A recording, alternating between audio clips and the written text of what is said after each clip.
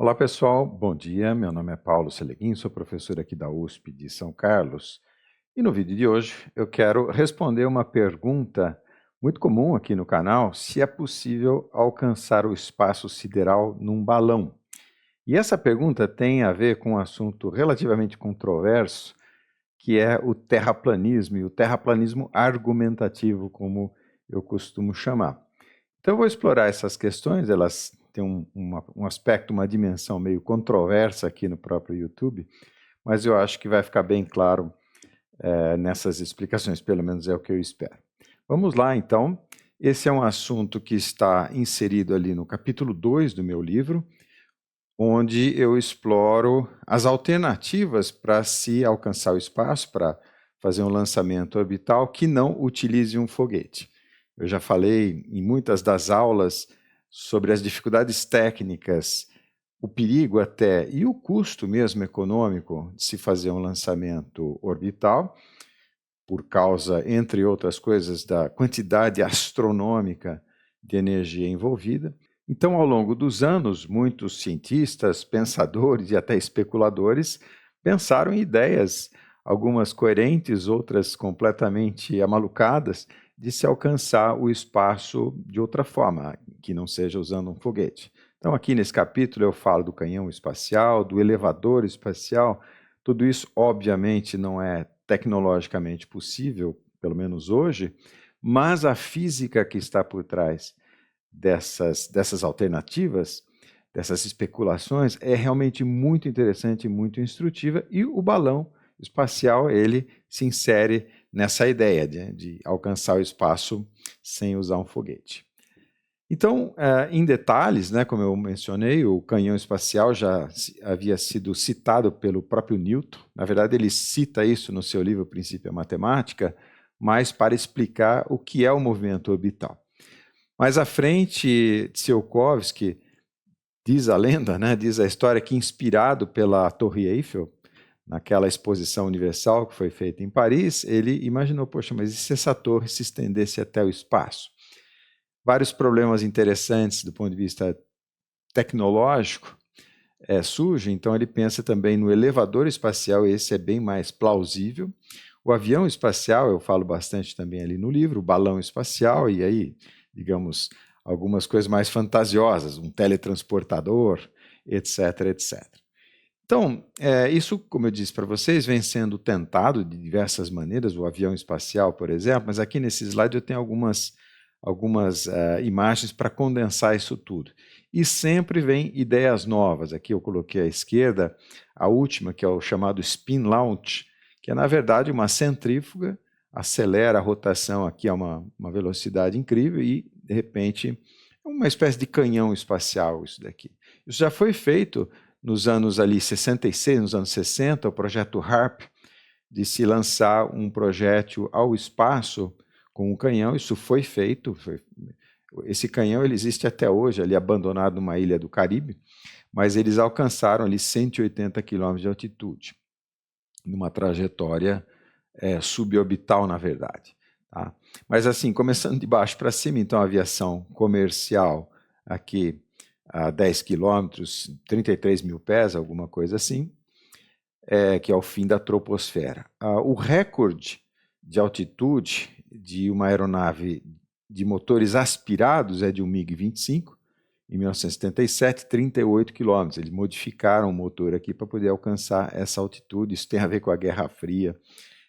São histórias interessantes, infelizmente eu não posso entrar muito no detalhe. Os balões, eles obviamente vêm sendo tentados aí desde os anos 1700, 1800, com um fato, digamos, observável, e eu vou explicar na aula de hoje. Eles têm uma altitude limite, então 53 quilômetros aqui é um dos recordes. São vários, eles vivem sendo quebrados, né? Assim como novas tecnologias vêm sendo tentadas. E a ideia dos aviões espaciais. Então, o Virgin Galactic, ele sobe com um avião, ele é lançado de um outro avião, depois ele acelera. Repara, acima de 50 km você tem que ter motor de foguete, ou seja, motor que embarque não só o combustível, mas também o comburente.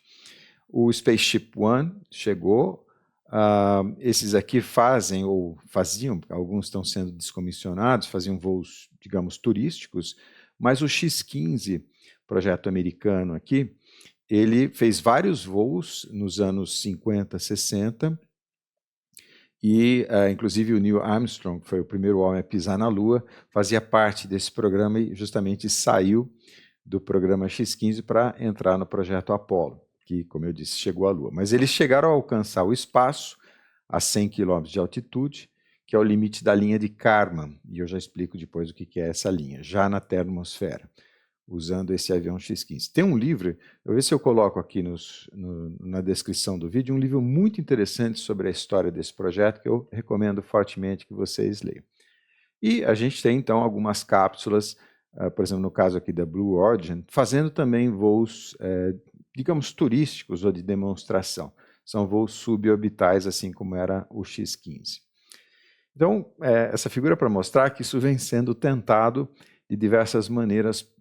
Balão, o avião espacial, uma outra referência é o projeto Skylon, tá? S-K-Y-L-O-N, se você tiver interesse. O motor desse é um avião espacial, ele decola como um avião, e aqui alguma coisa como 50 km de altitude, o seu motor transiciona para um motor de foguete. Então ele decola como um motor aspirado, depois transiciona para um motor de foguete. Tem muita coisa nessa linha aqui, eu não vou entrar no detalhe, eu quero falar dos balões e principalmente do porquê eles têm um teto de altitude, né? Qual é a física e o que isso tem a ver com o tal do terraplanismo argumentativo. Então, eu preciso explicar um pouquinho esse termo. E o argumentativo aqui significa argumentos fornecidos para justificar que a Terra tem a geometria plana. A questão é o seguinte, eu vou explicar isso, como eu disse, é controverso, e eu tenho até um disclaimer aqui que eu vou oferecer para o algoritmo do YouTube. Mas a minha questão é o seguinte, como demonstrar que a Terra não é plana sem a realização de observações ou de experimentos de grande escala ou de longa duração? Porque um experimento de grande escala ou de longa duração não podia, ou era muito difícil de fazer, por exemplo, no ano 1000, no ano 500. Basta, para você provar que a Terra não é plana, basta entrar em órbita, mas não dava para fazer isso na Idade Média, por exemplo, né? E esse é o ponto interessante, e é possível, né, demonstrar sem um foguete que a Terra não é plana. Mas vamos lá, e o disclaimer? Então, muita calma, senhor algoritmo do YouTube. O professor aqui não está dizendo que a Terra é plana, mas sim que a Terra nos parece ser plana. Ou, em termos mais exatos, em termos mais matemáticos, a Terra é localmente plana. E eu pus esse disclaimer porque toda vez que eu toco nesse assunto aqui, o algoritmo do YouTube coloca ali um aviso embaixo do meu vídeo, não tem problema nenhum, né? É até bom mesmo, de que a Terra, olha, é uma teoria antiga e tal, da conspiração, etc, etc. Mas, então, não confunda aqui a intenção do professor aqui, no caso. Então, esse é o disclaimer, viu, senhor algoritmo do YouTube. Mas vamos lá, historiar um pouquinho, que a Terra não é plana, isso já foi demonstrado há muito tempo, né? Eratóstenes, antes de Cristo, ali pelo ano 200 antes de Cristo, mediu, inclusive, o diâmetro da Terra. Eu tenho certeza que todo professor de geometria ali no ensino médio cita esse exemplo, porque ele usou relações de triângulo. Então, num determinado dia do ano, o Sol entrava a pino aqui num poço, na cidade de Siena, né? E ele, em Alexandria, nesse mesmo dia, media a inclinação do Sol. Então, por relações de triângulos, era possível determinar o diâmetro da Terra, e ele fez isso com grande precisão, inclusive para, assim, dada o rudimentar que era o seu método.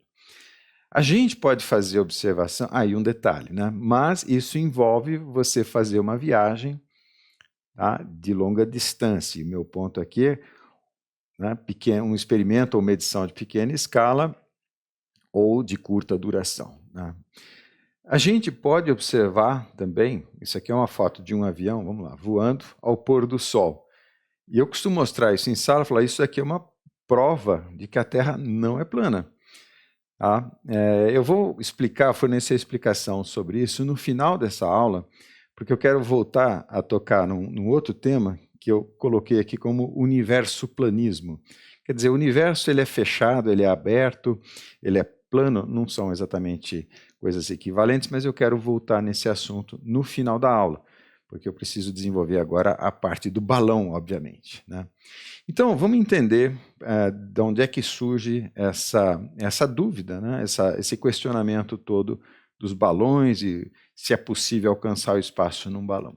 Então, o que acontece é o seguinte, na história, né, vários outros cientistas infinitamente mais competentes do que eu se apaixonaram, né, por esse tema, e ninguém menos do que o próprio Euler pensou muito nisso e tentou demonstrar através de relações de triângulos esféricos. Eu não sei se vocês já estudaram geometria esférica, mas, por exemplo, quando um triângulo é desenhado sobre um plano, a gente sabe que a soma dos ângulos, ABC aqui, dá 180 graus.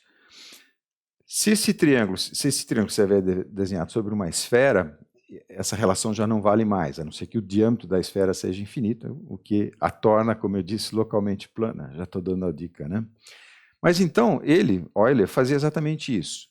Como a soma dos ângulos é menor do que ali a relação normal, 180 graus, então ele subia em topos de montanha e fazia essas medições, e medindo esses ângulos aqui, ele tentava inferir o diâmetro da Terra. Não deu certo, porque a precisão necessária para você poder, né, calcular ali o diâmetro da Terra e provar que ela então tem um diâmetro, que não é infinito, não era alcançada pelos instrumentos da época.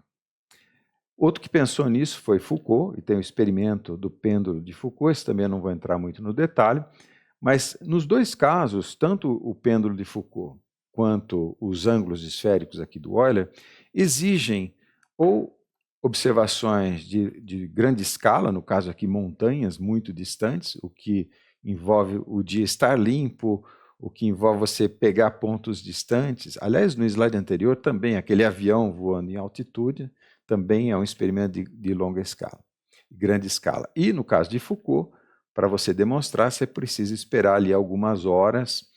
É possível fazer isso não no polo ali, no Equador, mas aí é um pouco diferente. De qualquer forma, é um experimento de longa duração. Tá? E essa problemática toda surge em função ali de comentários, porque os meus vídeos aqui que trato de engenharia aeroespacial, obviamente, atraem a atenção de pessoas que acabam fazendo comentários.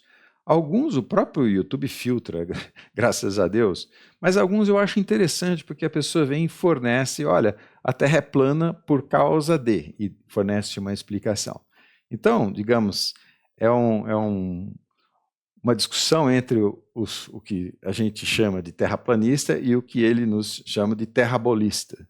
Então, um fla-flu aqui, terraplanistas versus terrabolistas.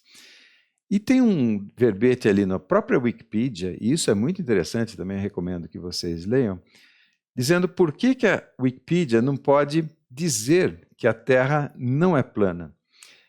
Não é que ela não pode dizer, é que ela tem que se manter aberto a todo argumento, entre aspas, científico, esse aspas aí é relativo, né? Mas a todo argumento, a Wikipedia tem que se manter aberto a todo argumento, entre aspas, científico, fornecido, né, sustentando que, sim, a Terra é plana. Isso também entre aspas, viu? Senhor algoritmo do YouTube. Não é o professor que está dizendo isso.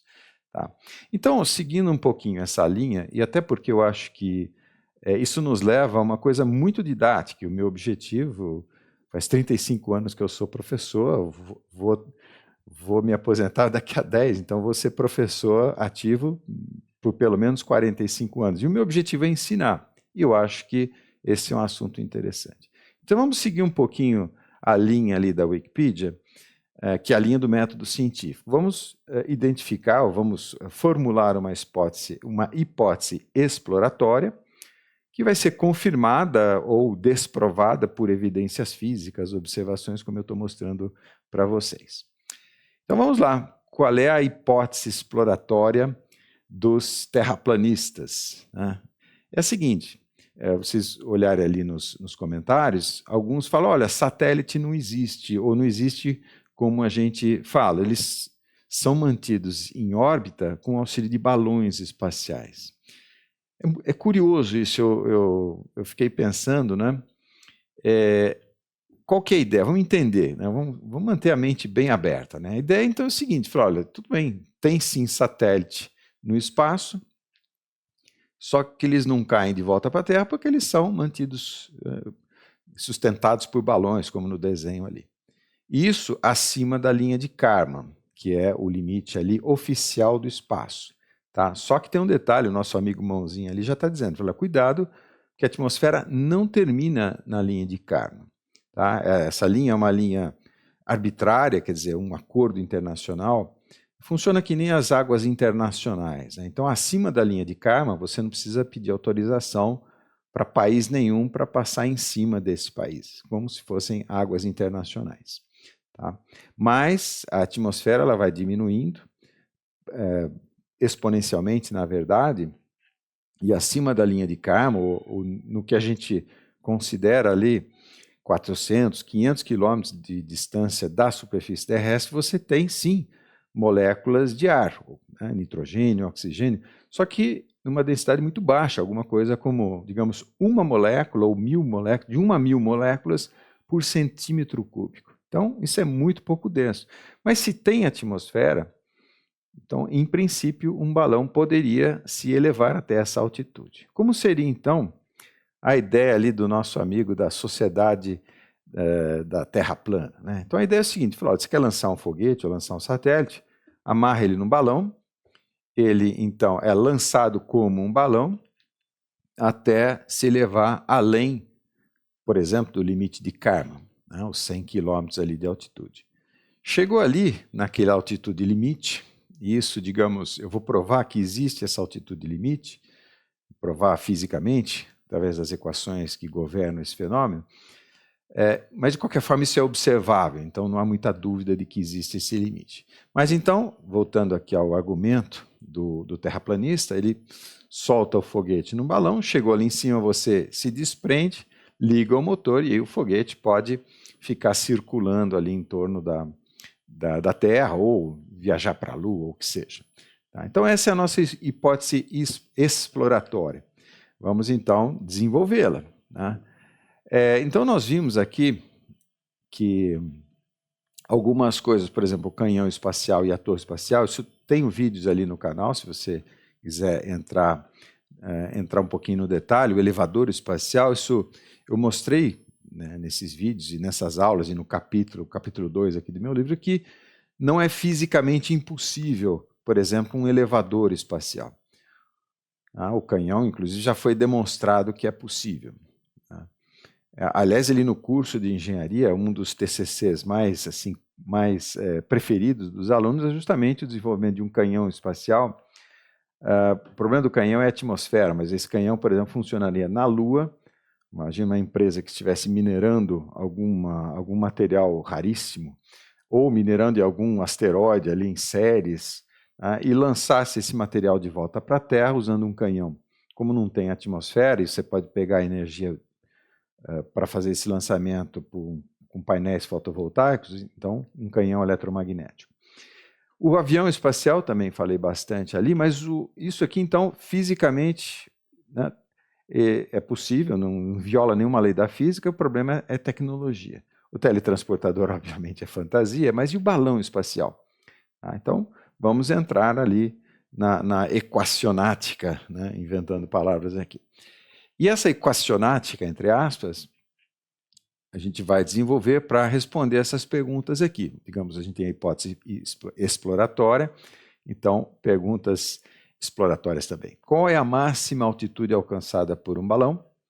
Quais aspectos físicos definem esse limite e como calculá-lo? E se é possível realizar um lançamento orbital usando um balão espacial. Isso aqui vai ser o meu último slide para vocês. Ok? Então, esse aqui é uma espécie de plano de voo aqui da parte antipedagógica, né? Eu costumo dizer o seguinte, não tem como a gente evitar, então em algum momento eu vou ter que desenvolver algumas equações, que eu chamo de equacionática, em aula eu falo, olha, é a parte antipedagógica, mas não se preocupe, não se desespere, porque pura algebrismo, né, pura manipulação matemática. Né? O importante é entender os termos da equação, então fica calmo, né, e continua que eu vou apontar as partes importantes, vocês vão ver. Se você entendeu as forças, os elementos que compõem a equação, que matematicamente pode se tornar complexa, como aqui o desenho está querendo sugerir, se você entendeu aqueles componentes básicos daquele equacionamento, então é tranquilo na verdade. Vocês vão ver, confia em mim. Então, vamos lá. Né? O balão, fazendo ali um lançamento, quais são as forças que governam esse movimento? Então, eu coloquei aqui do lado a segunda lei de Newton, tá? E a gente tem já algumas forças. Né? No caso, por exemplo, a carga, que é aplicada no sentido da direção do centro da Terra, bom, a própria força peso mais a carga, e a força de empuxo, que vem, né, do princípio de Arquimedes. Seja como for, e tem outras forças também que eu vou mostrar para vocês. Mas então, segundo a lei de Newton, a somatória das forças, eu já destaquei duas ali, é igual a massa vezes a aceleração. Aceleração a gente vai escrever tudo em termos de velocidade, então é a taxa de variação da velocidade, dv/dt, e aqui é a massa total. Vamos escrever então. Quem são essas forças? E aqui é aquela parte que eu falo para vocês. Né? Se você entendeu, na verdade, se você entendeu essa frase matemática aqui, você entendeu praticamente tudo. Tá? Então, acompanhem comigo aqui. Aceleração, isso aqui é a própria aceleração do balão. Né? Na verdade, só para ser um pouquinho mais específico, eu estou tratando tudo como um ponto material. Então, quando eu falo de velocidade, de forças, está tudo sendo aplicado no centro de massa que resulta do sistema balão, a carga, se tiver ali cordas e estruturas ali para prender o balão, a carga, etc, etc. Então, a aceleração, isso aqui vem da segunda lei de Newton, e as forças. Então, a força de empuxo, princípio de Arquimedes, a força peso, que na verdade é a carga, o que eu chamo de carga é a parte útil, por exemplo, os tripulantes, mais a carcaça aqui, se for esse foguetinho, né? Mais, digamos, o peso do próprio balão, digamos aqui o material do balão, mais o gás que vai dentro do balão, hélio. Tá? E forças de arraste ali. Então, empuxo empurrando para cima, e o peso e as forças de arraste aerodinâmico limitando esse movimento, ou seja, fazendo força no sentido contrário. Elaborando um pouco esses termos, vamos lá, que tem algumas coisas inusitadas que eu vou mostrar para vocês. Aliás, repetindo, né? Se você entendeu isso daqui, olha, você entendeu praticamente tudo, porque o que vem em seguida é só manipulação matemática para expressar esses elementos, as forças, por exemplo, em termos de variáveis digamos, do projeto do nosso balão, por exemplo. Então, é só manipulação matemática. Mas então, vamos lá. A massa total aqui, como eu disse, é a carga útil, o próprio material invólucro do balão, o peso do gás, estou supondo que seja hélio, mas não necessariamente, e a massa de ar, uma massa de ar. Essa aqui a gente chama de massa virtual e eu já vou explicar por que ela... E depois a gente vai desprezar, né? Mas por que eu coloquei aqui. Então, é a massa total do sistema ali. E essa massa de ar seria a massa do ar que estaria ocupando o volume que o balão deslocou. Tá? Professor, mas isso não é a força de empuxo? Sim, só que esse é um termo que multiplica a aceleração. Então, né, aguenta aí que eu já vou explicar esse termo. E depois nós vamos desprezar de qualquer forma. Tá? E também explico por quê. Mas então, do outro lado da igualdade, eu tenho a força de empuxo, princípio de Arquimedes, então é o peso do ar deslocado, a aceleração, então a carga balão mais o hélio, e aqui eu estou usando a lei de Darcy para explicitar a força de arraste. Então é a densidade do ar, vezes esse A aqui seria a área seccional do balão, ou a área que a gente chama de área molhada, o coeficiente de arraste aerodinâmico e o quadrado da velocidade. Isso aqui é uma lei empírica, correto? E, como eu disse, o termo, essa massa de ar é um termo que a gente chama de massa virtual, massa adicionada, tem vários nomes, né? E eu já vou explicar. Só estou destacando um termo aqui, que é o V de velocidade, diferente do V de volume, esse V meio tortinho aqui, só para diferenciar a velocidade de volume. Ok? Bom, o que nós vamos desprezar? Nós vamos desprezar a massa do material do balão. A gente pode incluir essa massa na carga, por exemplo. Tá? Vamos desprezar, então desprezo aqui. Vou desprezar o arraste aerodinâmico. Por quê? Porque esse balão, repara que ele é proporcional ao quadrado da velocidade, mas se a velocidade é menor do que 1, digamos, se ele sobe devagarinho, essa força é muito lenta, é muito fraca, perdão, muito pouco intensa. Então a gente pode desprezar. E vamos desprezar a tal da massa virtual. O que é essa massa virtual? E vou desprezá-la justamente porque as velocidades são baixas. É o seguinte, se esse volume aqui está acelerando na atmosfera e essa aceleração é muito forte, muito intensa, ele tem que acelerar, digamos, o ar que está nessa posição, ele tem que acelerar para os lados ali para ele poder ocupar aquela posição. Então a própria inércia do ar, ela influi, né, é pouco comum isso nos cursos de mecânica dos fluidos, mas eu fiz questão de citar aqui para vocês, né? Então, se o balão está tentando ocupar aquele volume que está preenchido pelo ar atmosférico, se ele está tentando fazer isso de maneira muito rápida, então o próprio ar vai oferecer uma resistência. Isso é diferente da força de empuxo. Tá? Diferente da força de empuxo. Então esse termo ele é importante quando a aceleração é rápida. E, como eu disse, pelo mesmo motivo que as velocidades são pequenas, então esse termo aqui pode ser desprezado também. Ok? Repara, a equação está se tornando matematicamente um pouquinho mais complexa, mas é massa vezes aceleração, soma de forças. Tá? O que a gente está entrando um pouco no detalhe ali, desprezando coisas, etc. Então, escrevendo ali, aplicando essas simplificações, fazendo algumas manipulações, no caso aqui eu estou dividindo tudo pela densidade do hélio, quer dizer, aqui olha, esse volume, eu escrevi esse volume do balão, olha só, né, em vermelho, eu escrevi, para não escrever volume do balão, eu escrevi a massa de hélio, que é um dos nossos parâmetros, dividido pela densidade do hélio. Então, massa dividido por densidade é o quê? É quilogramas por metro cúbico. Então, quilograma dividido por quilograma por metro cúbico, eu tenho metro cúbico aqui. Isso tudo porque a relação ρ do ar, ρ do hélio, ou do gás do balão, é um dos nossos parâmetros de projeto. Ok? Então, de novo, se você entendeu até aqui, você entendeu tudo, tá? Fica tranquilo. Nós vamos usar essa equação para analisar duas condições importantes de operação. Primeiro, a condição de decolagem.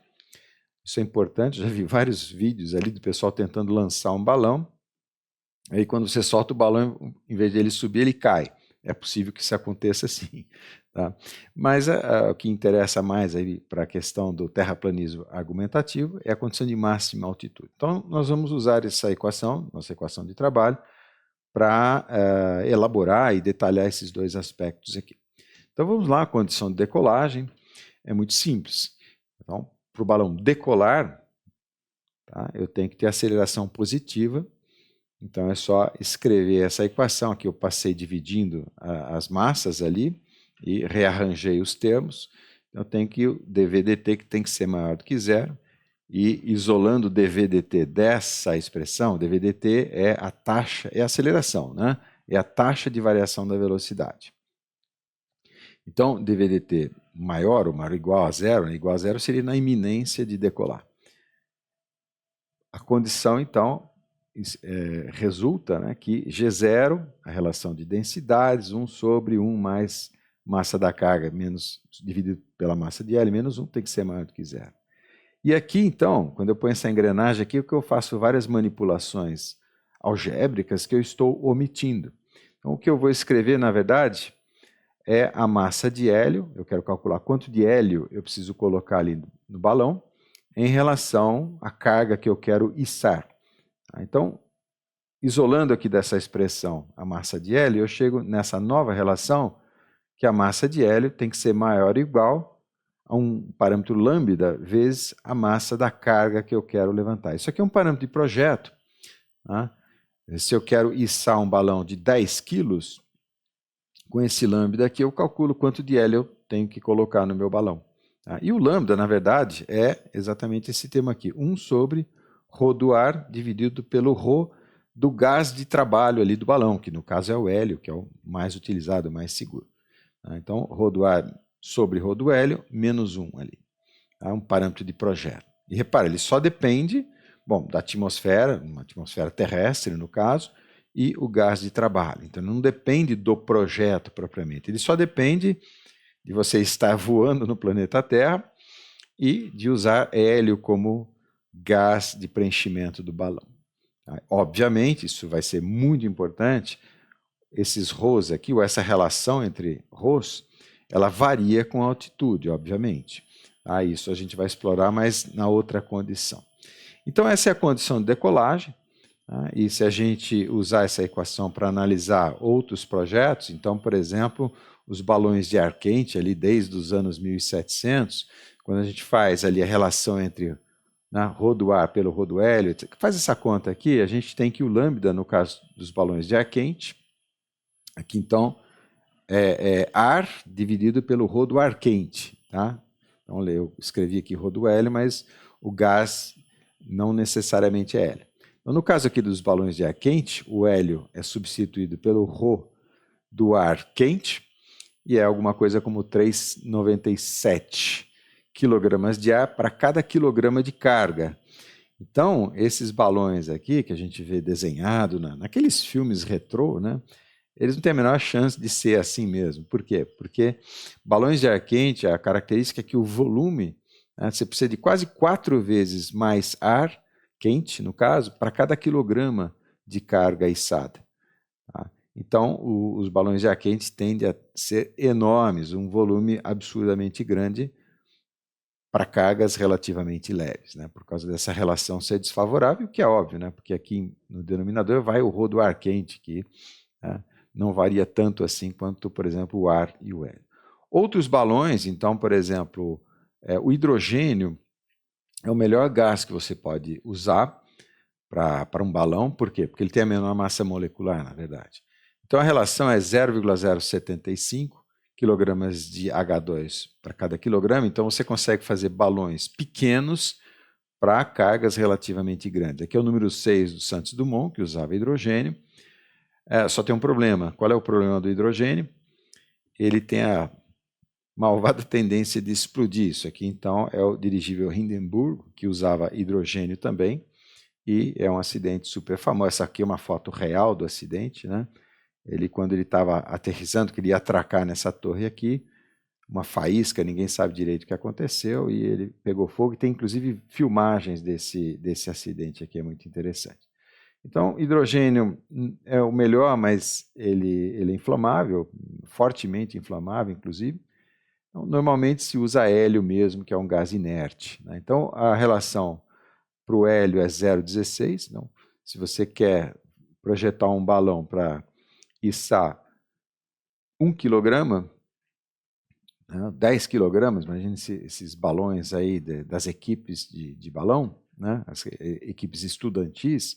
Então, se você faz um satélite ali com 2 quilos, você precisa 2 vezes 0,16, alguma coisa com 0,3 kg, 300 gramas de hélio. Aqui hélio é bastante caro, né? Por isso que a gente trabalha para minimizar a quantidade do gás de trabalho. Então, os balões atuais usam hélio, os dirigíveis também, e a relação, o parâmetro de projeto é sempre esse 0,16 aí. Tá? A outra condição que eu queria mostrar para vocês é a condição de máxima altitude. Isso nos leva ali ao argumento lá do terraplanismo argumentativo. Então isso tem a ver com algumas coisas que eu procuro, eu não gosto de ficar só nas explicações matemáticas, né? Eu procuro trazer alguns exemplos do cotidiano. Então, um que é relativamente comum de se ver, aliás, os dois são, né?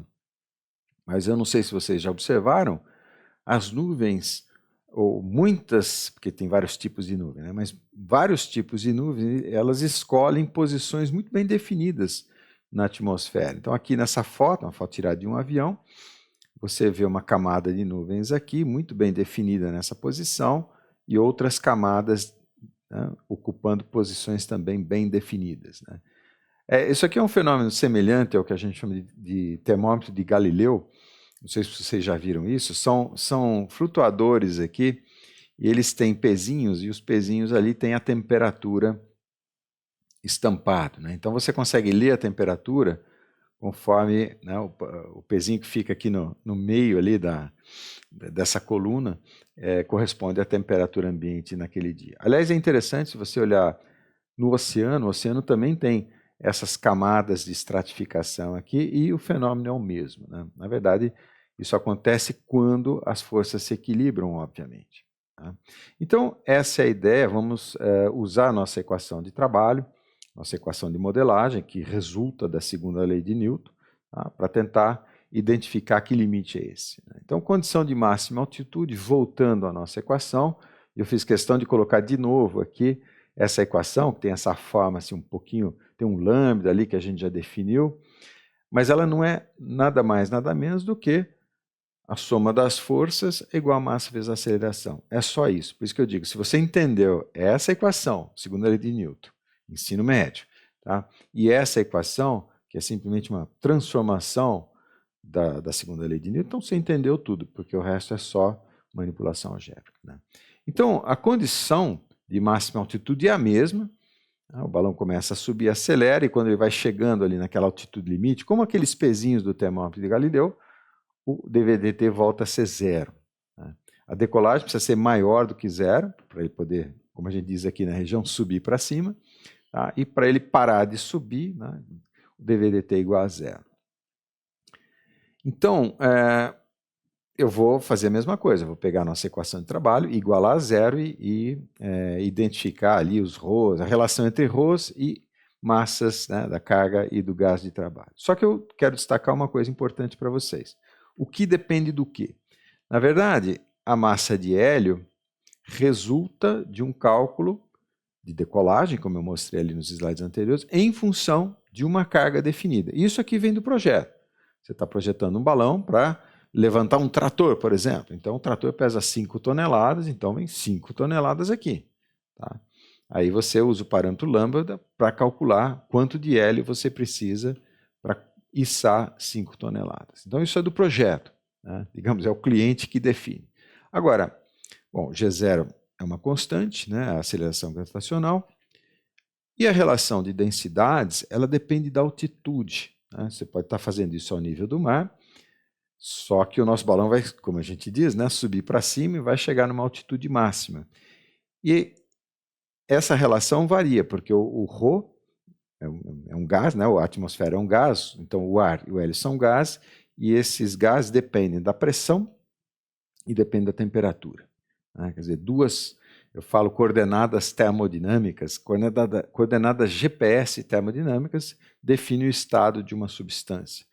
E o estado pode ser a densidade, pode ser caracterizado pela entalpia, pela entropia, várias outras variáveis termodinâmicas. Isso aqui é coisa do curso e das aulas de termodinâmica, tá? Então é importante identificar que essa relação, né, ela depende das variáveis externas, da pressão e da temperatura externa, no caso, tá? E tem um detalhe, digamos, prático, que tem a ver também com esse limite, né? O limite que a gente está calculando é o limite antes do balão estourar, ou o balão pode estourar, porque é o seguinte, conforme ele vai subindo para cima, como a gente diz, as densidades vão caindo, né? O ar é muito mais rarefeito em altitude, significa que o balão vai ampliando, ampliando, ampliando, e eventualmente atinge o limite do material e ele se rompe. Então, obviamente, isso é um limite dado pelo material, não pela altitude. O que a gente quer calcular é esse limite dado ali pelas condições externas, tá? Isso aqui é um limite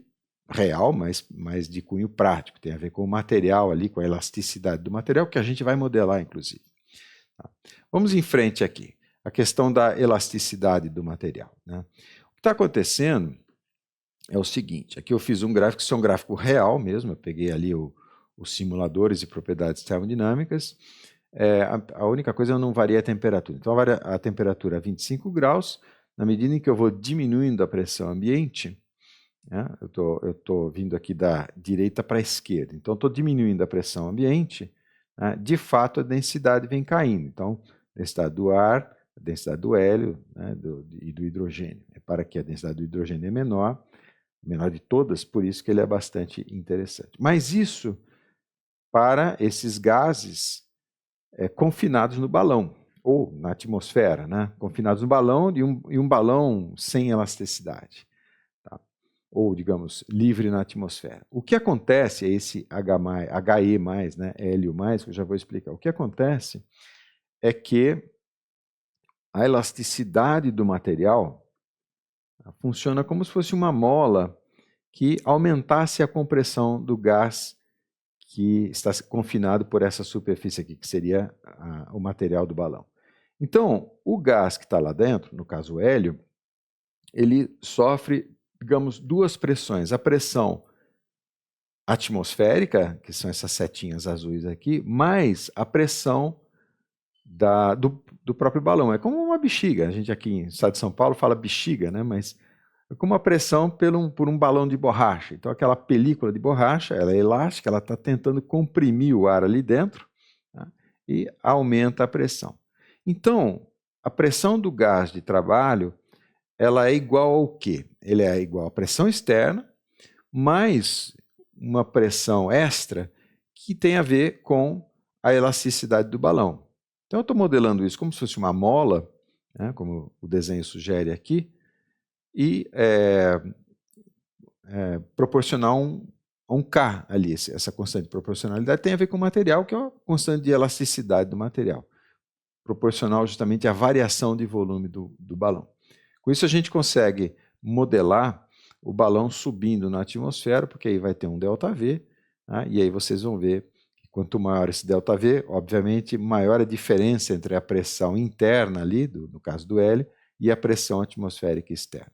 Esse é o ponto. Então funciona nesse meu modelinho, no caso aqui excessivamente simplificado, é como se o hélio sofresse um acréscimo de pressão, que seria essa linha pontilhada, né?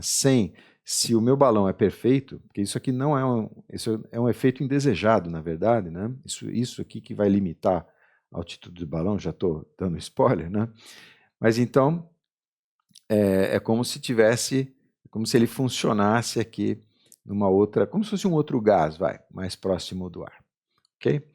Em frente, então, né, voltando à nossa equação, eu vou agora rearranjar os termos de outra maneira, já que, eu voltei ali, né, os ρs dependem das condições ambiente, tá? Então eu quero analisar a relação entre essas variáveis.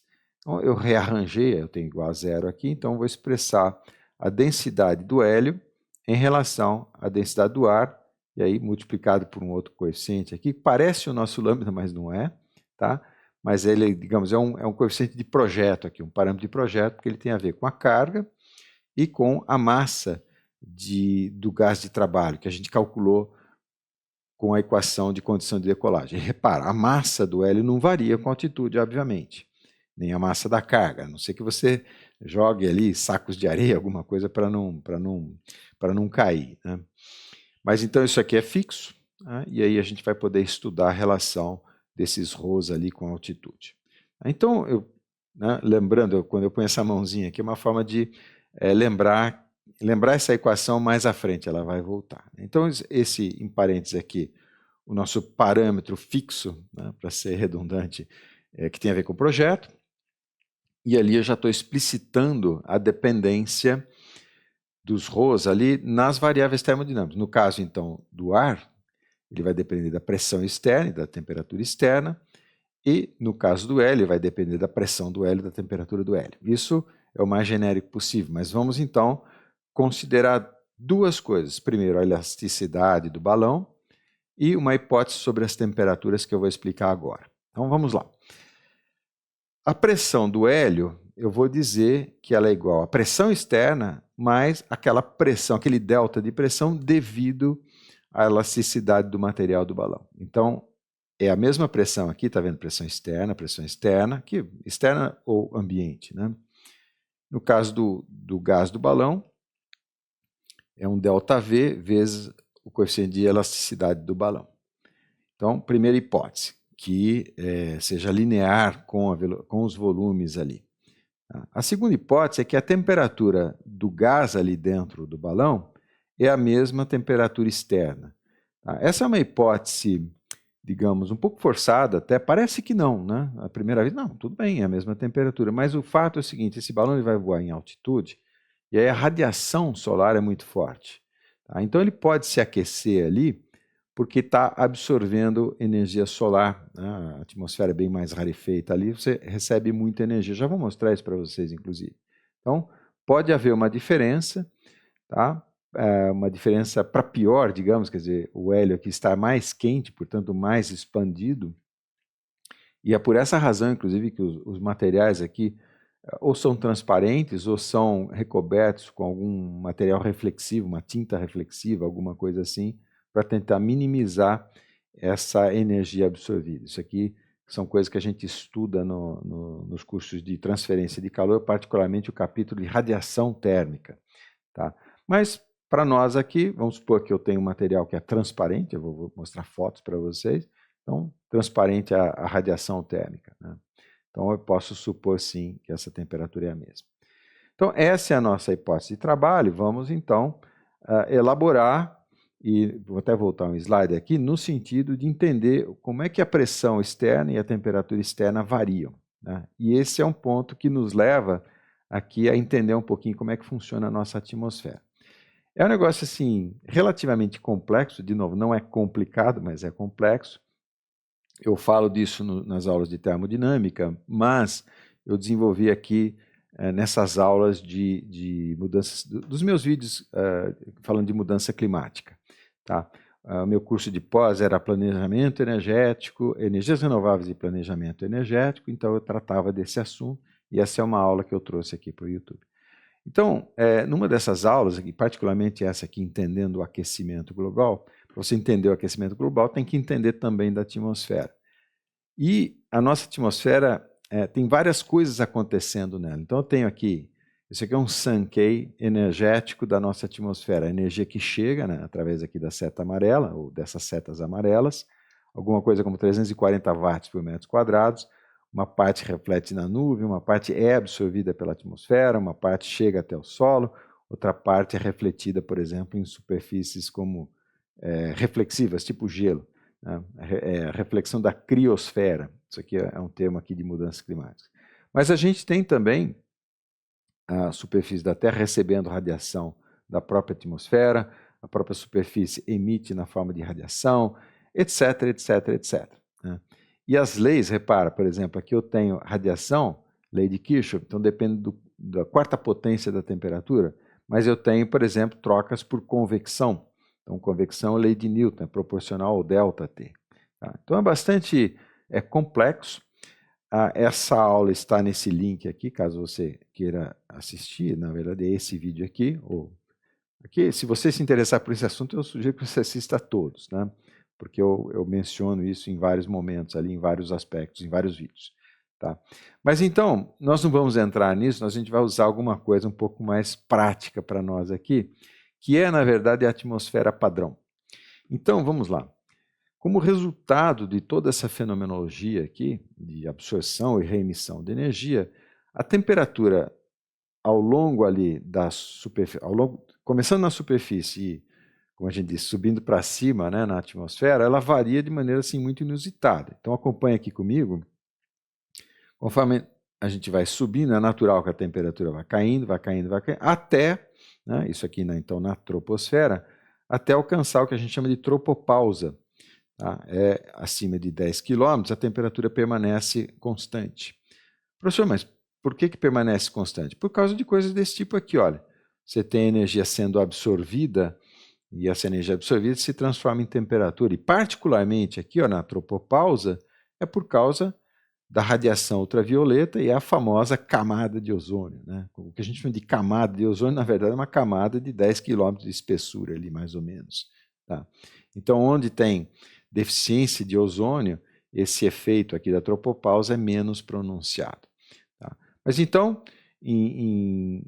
acima ali da tropopausa, na verdade a gente tem 3 vezes esse fenômeno, né? Tem a tropopausa, a estratopausa e a mesopausa aqui. Tá? Mas, inclusive, se for absorvida muita energia, a temperatura pode até subir, como aqui na estratosfera, que é onde os balões voam, né? Então, a temperatura volta a subir por energia que está sendo absorvida, reemitida, né? Volta a subir, entra na estratopausa, volta a cair, etc, etc. Então, para fechar isso aqui, esse perfil meio amalucado aqui de temperaturas, ele resulta dessa interação toda, né? Várias coisas acontecendo ao mesmo tempo, e nós não vamos precisar modelar, na verdade, porque tudo isso está compilado no que a gente chama de atmosfera padrão, ou atmosferas padrão. A NASA tem a sua, eu estou usando aqui a atmosfera padrão da ISO. Tá? Então ela define alguns modelos, baseado nesses coeficientes aqui que eu estou mostrando para vocês, esses L's, é o que a gente chama de lapse rate. Tá?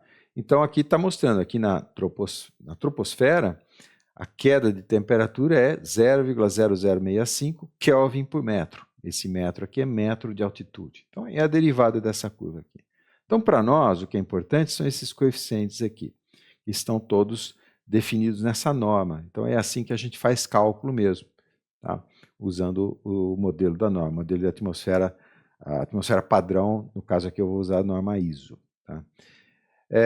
Então, o que nós temos ali? Nós temos equações, né?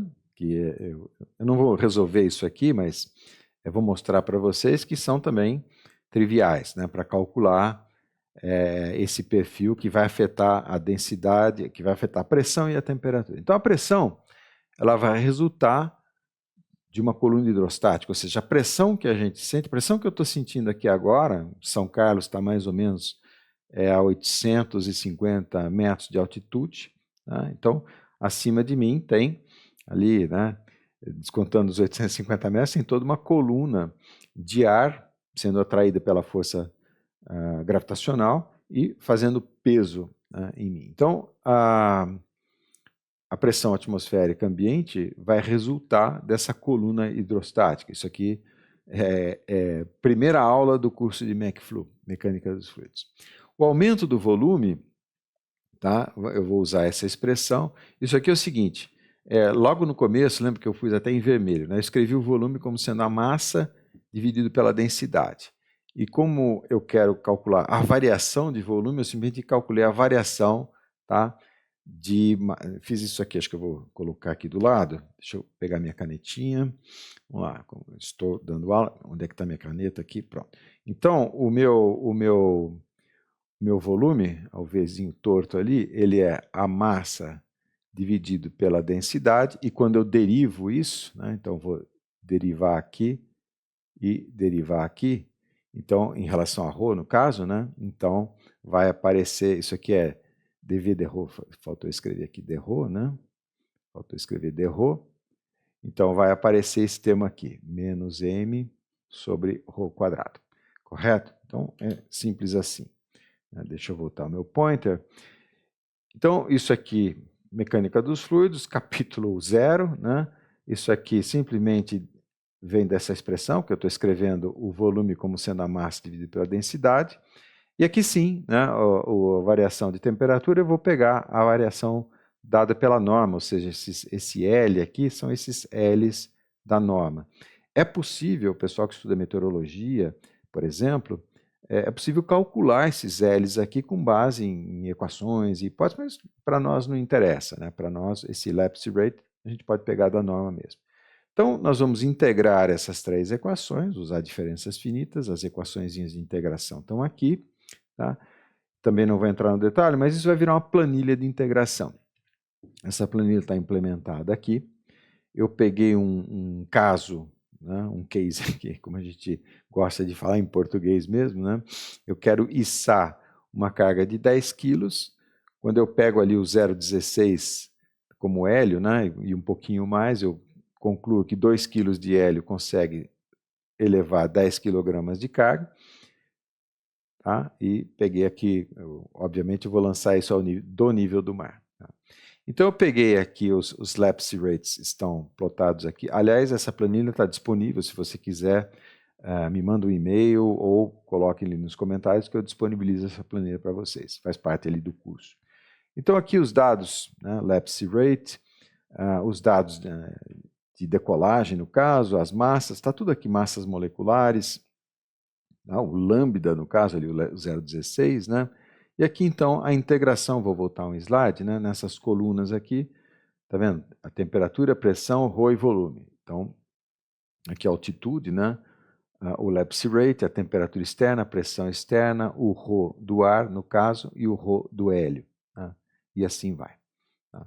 Essa planilha ela tem mais colunas, eu só peguei um pedaço aqui para mostrar e para dizer, lembrar de dizer que ela está disponível caso você queira.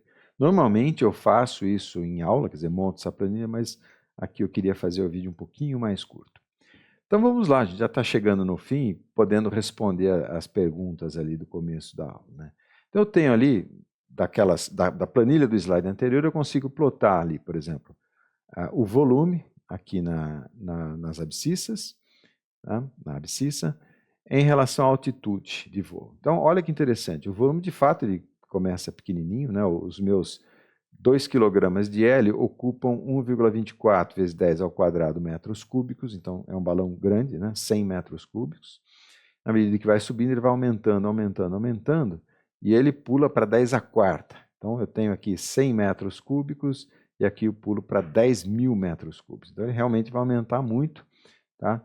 E ele tem uma variação meio esquisita, né? Tem hora que ele volta até a diminuir, mas é função, é resultado daquele perfil de temperaturas, né, que tem a ver com toda aquela fenomenologia de trocas energéticas na atmosfera. Então, mas o importante aqui é destacar que o volume aumenta, se você subir a 120 km, né, obviamente ele vai parar antes, eu vou mostrar por quê. Mas então o volume realmente muda de várias ordens de grandeza. Aí, nesse outro gráfico aqui à direita eu tenho, de novo, a mesma altitude, e aqui a relação entre a densidade do ar, que seria a linha azul, e a densidade do hélio, a linha alaranjada ali. E olha que curioso, mesmo que eu considere a altitude, a diferença entre essas duas densidades permanece mais ou menos constante, né? Varia um pouquinho, porque são gases diferentes, mas é constante. Então, nesse caso aqui, me parece que não tem limite de altitude, o único limite seria o volume do balão, né? Então não existe um limite físico para essa altitude, tá? Então o nosso amigo terraplanista fala, tá vendo? Não falei, né? É possível chegar ao espaço, porque 120 quilômetros você já está no espaço, tá? Então, será que ele está certo? O que a gente desconsiderou nesse equacionamento, né? Não sei se vocês entenderam. Nesse caso, então, o ρ do hélio sempre é menor que o ρ do ar, portanto, sempre vai haver força de empuxo, né? E, então, teoricamente, não tem limite ali, né? Daria para chegar na Lua, por exemplo, usando um balão, né? O que está acontecendo é o seguinte, a gente, na verdade, desprezou a elasticidade do balão nesse cálculo aqui. Então, tem duas coisas acontecendo. Primeiro que o volume vai para infinito, tá? Mas isso não é uma limitação física, tá? É uma limitação do material. Se eu conseguiria um material que tem uma elasticidade infinita, digamos, meu volume pode realmente crescer ali para 10.000 metros cúbicos, não tem um problema. Mas, quando a gente inclui a elasticidade naquele equacionamento, começa a acontecer uma coisa interessante. Lembra que eu falei que a elasticidade funciona como se fosse uma mola tentando comprimir, né? Quer dizer, além da pressão atmosférica, você tem a pressão da mola formada pelo material do balão. Então, quando você solta o balão, ele decola, inicialmente não acontece muita coisa, mas na medida em que a elasticidade vai atuando, é como se houvesse uma pressão externa acrescida. E ocorre que, né, aqui eu peguei várias elasticidades, né, 10 a menos 7 é irrealista, mas era só para mostrar para vocês, né? Por menor que seja essa elasticidade, em algum momento ela vai se fazer sentir, e eventualmente até a densidade interna vai ser maior do que a densidade externa, ou seja, a densidade do gás de trabalho, né? E aí então ele para de subir, obviamente, porque aí não tem mais força de empuxo. Quando isso aqui se iguala, e eu vou mostrar o último slide, o último slide dessa parte teórica, né? Quando é que isso acontece? Então o nosso amigo terraplanista está assim meio, será que isso vai me afetar? Então, como é que isso é feito na prática, né? Porque lembra, voltando ali, esse volume aumenta realmente para quantidades enormes, 10 a quarta, né? Isso é infactível. Então, o que se faz normalmente é você constrói o balão, tá vendo? Esse aqui é um material transparente para minimizar aquele efeito de radiação térmica, né? Mas você constrói o balão com um material com bastante folga aqui, tá vendo? Isso aqui é uma bolha de hélio e tem muita folga aqui. Então esse balão vai subir a 20 km até que o hélio ali dentro comece a ocupar todo esse volume e aí sim começa a ter o efeito elástico. Então na prática, o que acontece é o seguinte, mesmo um material aqui, que é mais realista, né, 10 a menos 4 bar por metro cúbico, que seria essa curva verde aqui, na verdade, quando você lança ele com folga, ele se comporta como se fosse um material, tá, muito flexível, o K muito pequenininho, melhor até que o K de 10 a menos 7. Tá? Mas, de qualquer forma, tem um limite, como está mostrando o limite aqui para vocês. Né? Quer dizer, o fato da densidade do gás ali se igualar à densidade atmosférica, aí não tem mais força de impulso, etc. Tá? A forma de calcular esse limite é só fazer o seguinte, na verdade esse gráfico que está aqui é uma combinação dos gráficos do slide anterior em que eu traço em relação à altitude aqui, a relação de densidades, ρ do ar sobre o ρ do hélio. Aqui na verdade é só a densidade, né, de um e de outro.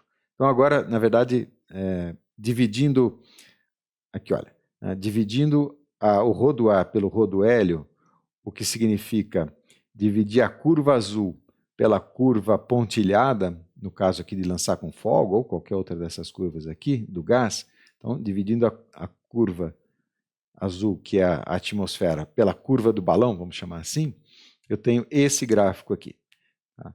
E aí, voltando à nossa condição de máxima altitude, né, a nossa equação, pegando ali o meu caso, tá, que é 10 kg com 2 de hélio, então eu tenho ali 1 para 1 mais 5, tá? Eu tenho que a relação entre o ρ do ar e o ρ do hélio tem que ser 6, correto? Isso aqui é a nossa equação, por isso que eu pus a mãozinha ali dizendo, essa relação vai voltar mais tarde, então ela está voltando agora.